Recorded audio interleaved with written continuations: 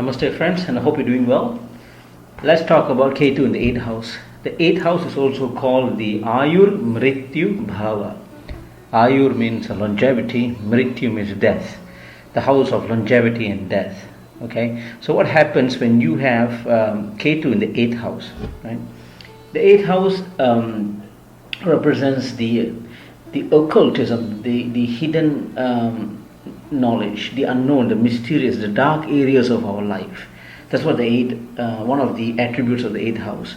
So what happens when Ketu comes in here? It will amplify that, because Ketu, remember, if there's one interest, he doesn't have much interest, right? But if there's one strong interest in Ketu, would be spirituality. And when it comes to all this tantric and all this hidden secrets, the knowledge of the world and the sort of things, Ketu is the guy for it. So when he sits in the 8th house, you will be naturally tempted to learn the occultism. Occultism comes in naturally for you. You learn all sort of dark magic. Some become a voodoo priest, or soothsayers. It's just endless. It's just too many dark sides, dark knowledge that one can acquire. Now, if you are into that, then Ketu in the 8th house would be great.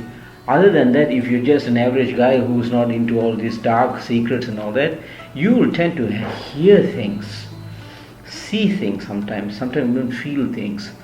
These things are, because Ketu amplifies the energy of this hidden, I would say even esoteric knowledge within you. So what happens is, when it amplifies it, due to the nature of Ketu being very spiritual, you will naturally get attracted to all these energies, which is circumambulating you at all times. So this is something that you will be experiencing in your life. The feeling that something is, you always feel something is around you. You might hear, you might even see sometimes. So that's one thing I wanted to say. And the other thing would be, naturally, the sexual energy, the sexual magnetism, it will be strong if you have Ketu in the 8th house. Your drive towards sex will be very strong. Okay. But then again, don't take me wrong. You will not be a sexual maniac or a rapist or something like that. No, because Ketu is the one who understands the balance. The Ketu doesn't amplify the wrong way. Okay, unlike his counterpart Rahu, who's kind of greedy and all. Ketu is like the simple guy. And when I say sexual energy, then your focus on sex will be naturally very spiritual. I mean, it's kind of funny if I say spiritual sex, but there are such things, So your natural feeling for the opposite sex will be strong but clean, if you know what I'm trying to say. Okay.